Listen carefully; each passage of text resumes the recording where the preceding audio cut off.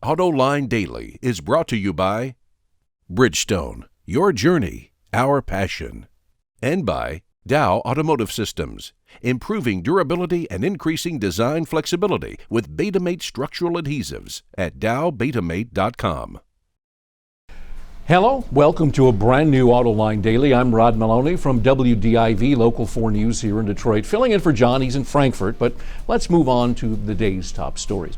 Ford is turning its sales around in Europe, and now the company says that it's going to break even there in the next 2 years. Bloomberg reports Stephen Odell, the head of Ford in Europe, says the company is going to be profitable in the region by 2015. As you know, European car sales have slumped over the past few years, and Ford expects to lose close to $2 billion in Europe this year.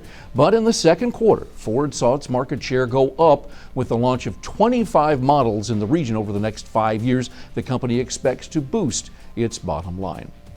And as we've reported here, all of the Detroit automakers are gearing up to sell European commercial vehicles in the U.S., and now another car maker is considering selling Eurovans in the country. According to Reuters, the head of Volkswagen America, Jonathan Browning, says the company is discussing bringing commercial vehicles to the U.S. He believes there's an opportunity to sell its commercial pickup trucks and vans in the country, but nothing is definitive there yet.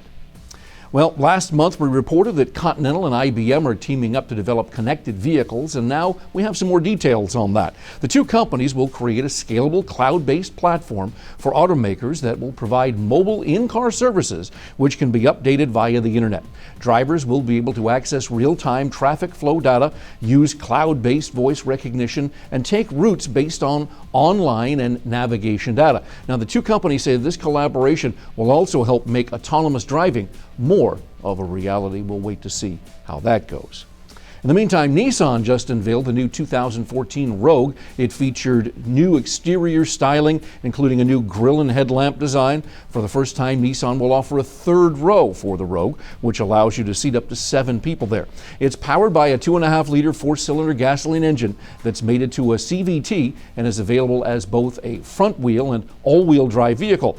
The 2014 model goes on sale in the U.S. this November with a starting price just over $23,000. And we'll have more about Nissan in the second half of our show. Now, Bentley unveiled a new member of the Continental family called the GT V8S, available in both coupe and convertible models. It's nearly identical to the GT V8, but does offer a few new small upgrades. The company's twin-turbo 4-liter engine was tweaked and now produces 520 horsepower and 500 foot-pounds of torque, which propels the car to 60 miles per hour in about 4.5 seconds. Also new for the S models are a retuned suspension, signature 20-inch wheels, and a few interior trim features. No word on pricing just yet, but expect to see these new Continentals rolling into dealer lots in early 2014.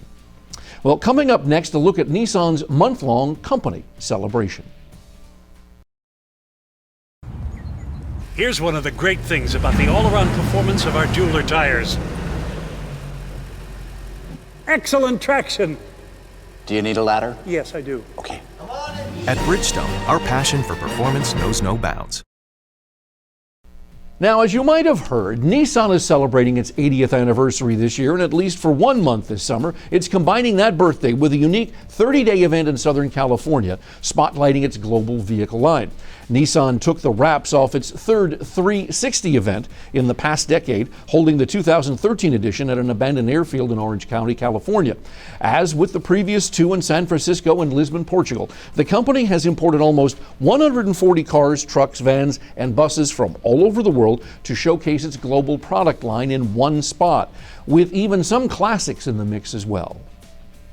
I mean, how often can a journalist or an investor come along and see Nissan as an entity altogether? You know, basically, if you're an American journalist, you'll see Nissan in America. If you're Japanese, you'll see Nissan in Japan. But here's the opportunity. We bring our whole portfolio of cars, we bring our concept cars, and we can explain very clearly what Nissan stands for.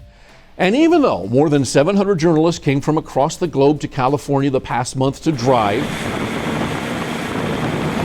to learn about the company and drive some more, Nissan also used 360 as an in-company marketing tool as well. The focus on 360 is very much on technologies and products, but there are many things we do in terms of our sales activities, our retail outlets, our dealerships, the way we advertise, the way we communicate, the way people look after our customers, our global infrastructure, digital infrastructure, and how we interact with people.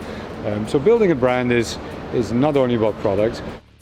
And Nissan estimates that when 360 wraps up this month, more than 1,000 visitors, including dealers and suppliers, will have been to its social site to see and drive vehicles from Mexico to Mumbai. And word is that planning's already begun for the next 360 event in Brazil in 2016. But sadly, that brings us to the end of today's episode. Once again, I'm Rod Maloney, business editor from WDIV Local 4 News here in Detroit. Thank you for watching. Have a great day.